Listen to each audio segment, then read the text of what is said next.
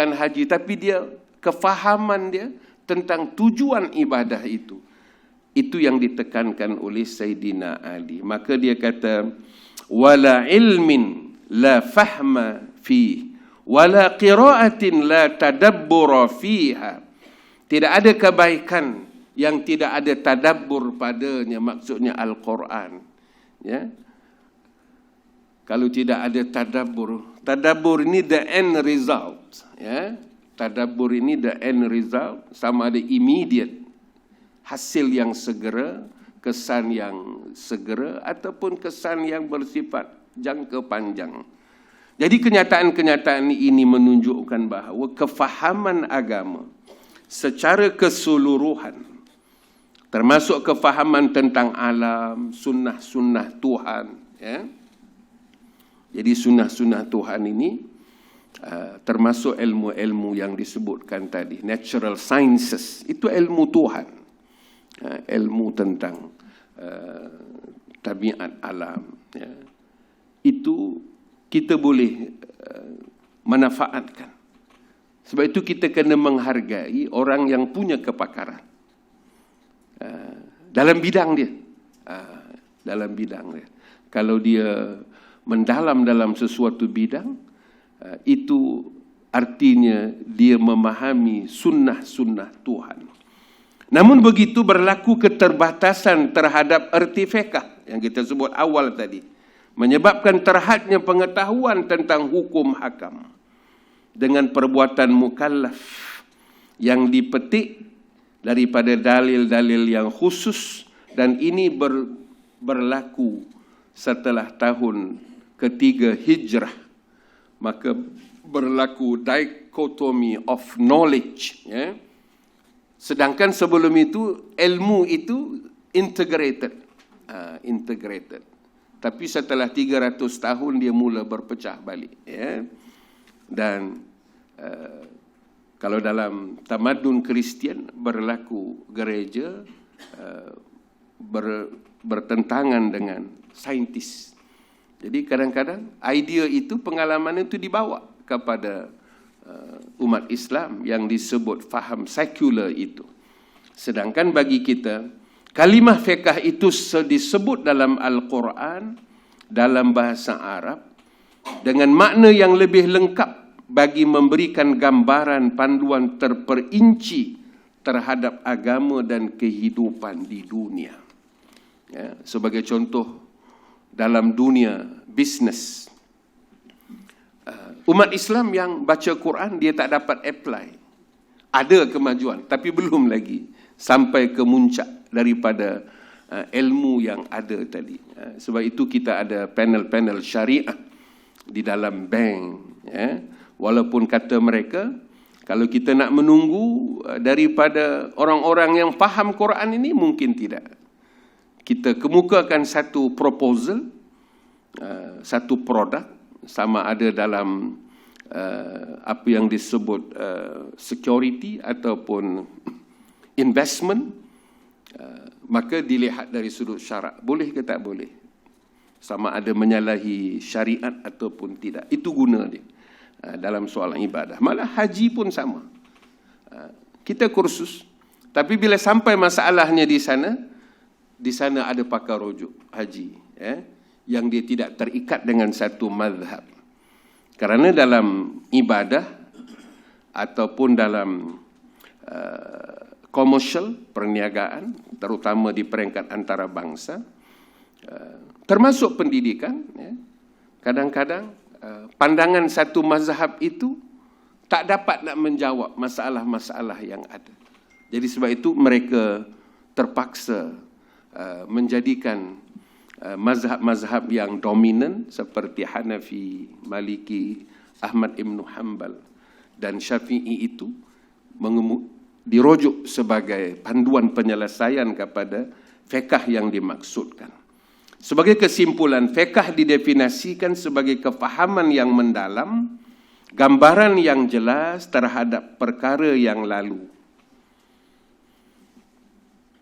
Perkara yang lalu ni maksudnya, katakanlah ada satu kitab ditulis 600 tahun yang lalu. dia menulis itu berdasarkan realiti di zamannya. Realiti zaman 600 tahun tak sama dengan sekarang. Jadi sebab itu ijtihad yang baru perlu ada di kalangan orang-orang yang disebut ilmuwan tadi, ya, para ilmuwan tadi. Sebagai contohlah, ya, kapal terbang ni tahun berapa, Ustaz? Tok kita dulu nak pergi Mekah naik kapal kan? Maknanya tak ada kapal terbang lah. Baru sangat kan? Baru sangat. Jadi macam mana solat nak disempurnakan dalam penerbangan? Sedangkan dulu kalau naik kapal berbulan, berkampung lagi. Jadi maknanya fiqh ini dia kena mengikut situasi yang ada. Jadi perjalanan 8 jam, 9 jam dari KLIA ke Jeddah atau ke Madinah. Kalau tidak ada transit. Ya. Jadi nak melaksanakan apakah solat menghormati waktu ataupun solat sambil duduk di atas kerusi itu atau bagaimana. Jadi ini semuanya harus diambil kira. Kalau ditulis kitab dulu dia pun naik kapal tak apalah. Ya, kalau naik kapal. Contohnya berlaku kematian dalam kapal. Perjalanan berbulan ni. Macam mana nak menguruskan? Ada mengatakan tanam saja. Campak saja dalam laut. Ada cari pulau. Dan ini semuanya fiqh. Kalau setakat penerbangan, biasanya mereka landing di tempat yang paling dekat.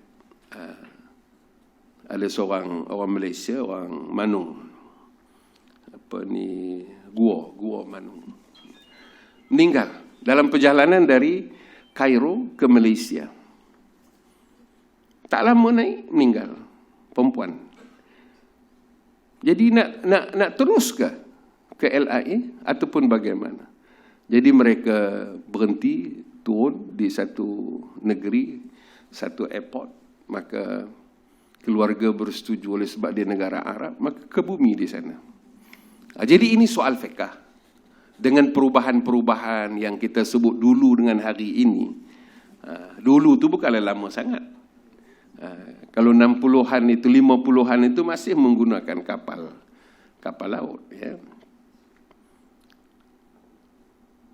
Itu fiqh. Memahami masa yang lalu ialah memahami apa sebenarnya realiti 600 tahun yang lalu. Sehingga ulama' membuat hukuman ataupun membuat keputusan berdasarkan kepada realiti. Dulu umat Islam duduk satu pihak, bukan Islam satu pihak. Tapi sekarang oleh sebab mobiliti ataupun migrasi, umat Islam di negara bukan Islam itu jutaan orang. Di Amerika baik, di UK baik, di Eropah baik, di Perancis ramai orang Islam. Apakah kita nak label negara itu negara harbi? Ini soal fiqh yang perlu kepada pemahaman masa lalu dan masa kini dan juga pada masa akan datang mengikut kadar kemampuan yang secukupnya untuk mengimbangi mizan ataupun timbangan dan perkara lainnya yang berkaitan dengan kita membuat ketetapan hukum mengenai perubahan-perubahan yang ada. Kalau kita buka kitab Muniyatul Musalli, kitab semayang oleh Syekh Daud Fatani, ataupun Syekh Samad Al-Falembani, Hidayatus Salikin, ada tak bab semayang atas kerusi? Kita mengaji, adalah dalam kitab. Sebab orang dulu lutut dia kuat. Tak macam kita. 70 tu dia boleh lagi bekerja dan sebagainya. Kita dalam satu masjid tu dah tentu dah ada jamaah yang perlu kepada kerusi. Tapi tak ada kitab yang membahasnya lagi. Cuma ustaz-ustaz menghuraikan bagaimana kesempurnaan solat atas kerusi. Tapi kalau ada kitabnya, cantik. Boleh kita rujuk. Sebab akan datang kita tak tahu. Apa lagi kaedah untuk kita menyempurnakan ibadah. Sebab Orang dulu tak timbul isu sembahyang atas kerusi. Mungkin kerusi pun tak ada, tapi ada kerusi. Cuma yang kita tahu tak boleh berdiri, duduk, tak boleh duduk, berbaring. Tapi duduk itu duduk atas lantai. Bukan duduk atas kerusi. Jadi ini yang dibahaskan oleh ilmuwan fiqh. Perubahan-perubahan hukum tadi ataupun amali yang disebut di sini mengikut kadar kemampuan yang secukupnya untuk mengimbangi mizan. Untuk mengimbangi mizan. Begitu juga anak-anak kita yang belajar di luar negara, dia balik sini dia nak ikut apa yang dia tengok di sana, apa yang dia belajar di sana. Takbir raya tak ada kalau di Arab. Ada takbir raya macam kita? Tak ada. Wirid-wirid lepas sembahyang macam kita? Tak ada. Tapi ulama susun.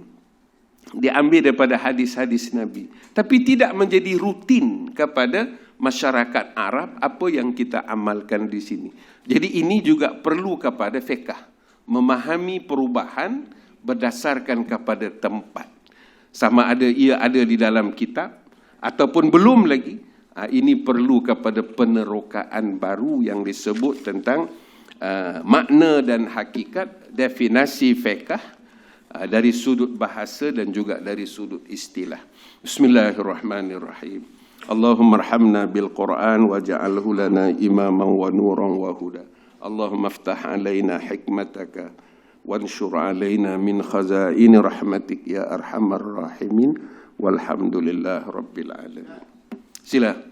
Soalan umum, Ustaz. Ya. Bolehkah kita kaitkan jabatan yang ada backup? Contohnya kementerian alam sekitar, jabatan mineral, sains.